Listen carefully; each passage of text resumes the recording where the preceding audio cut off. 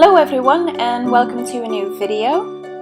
I can honestly say that I am almost running out of ideas for mountains to paint. Recently I have been looking for new mediums to use on my paintings. In some of the videos that I found, artists were using gouache instead of watercolor or in combination with watercolor. Gouache is water-soluble and in that way can be a good addition to your watercolor paintings, but it dries darker, it dries faster, and it is a little bit more opaque than watercolor itself. When I was younger, this is the paint that we would use when we were kids, and I think I'm hesitant towards using it because I didn't have very good experiences with it. So for this painting I decided to use it as a replacement for the acrylic painting that I would usually use for snow. And now I'm going on to explaining how I made this painting. I started out by painting the sky first. I just put in a nice layer of blue color and dabbing away some of the excess water to create the illusion of clouds. Afterwards, make sure you leave the layer to dry completely before moving on to the mountains. When I was happy with how the mountains looked like, I put in the gouache for the areas covered with snow. The mountains at this point were still wet and you can see that the gouache blends nicely with the watercolor.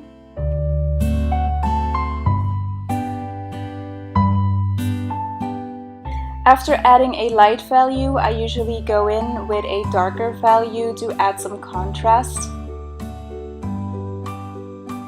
Since I am not using a reference picture, I am shifting back and forth between light and dark values to create something that feels right to me. I am solely relying on the knowledge I have of what mountains look like, and I am not bothered by the fact that this painting might be wrong. It is not my goal to recreate a photograph.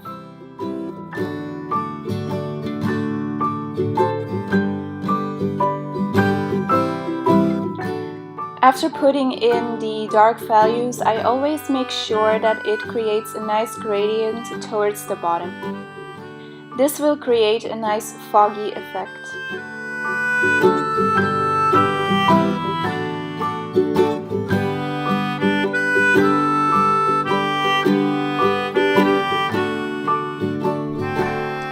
Here I am also putting in darker values towards the front because I know I want to put something over it later.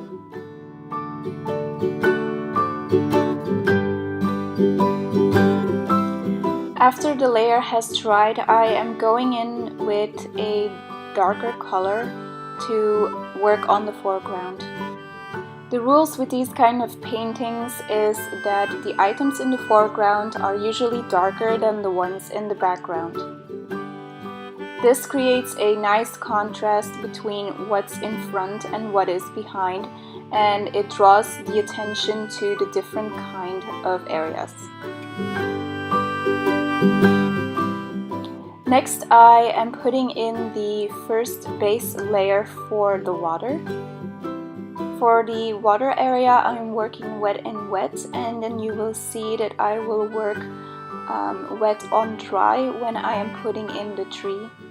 This will make the trees look sharp and the reflection of the tree in the water will be faded.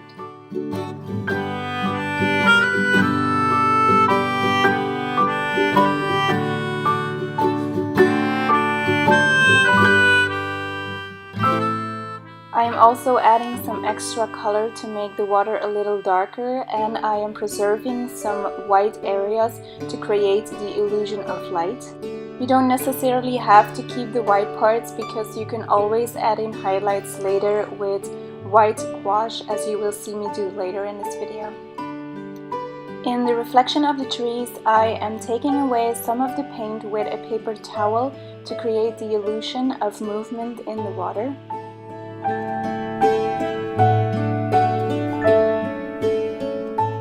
Since the painting looked a little empty, I decided to put in an extra layer using the exact same techniques as I did with the previous trees.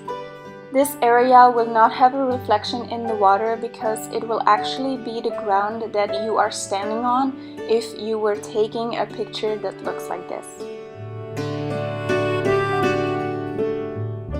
Another good rule to apply is to make sure that you have an uneven amount of items in your piece. I did this correctly for the trees because there are currently 5 trees in the painting, but when you look at the mountaintops you can see that there are 4. It probably would have looked better if I had put in 3. So here I am putting in extra highlights with white acrylic. And right next to the highlight I would put in a little bit of darker value to create more contrast and depth.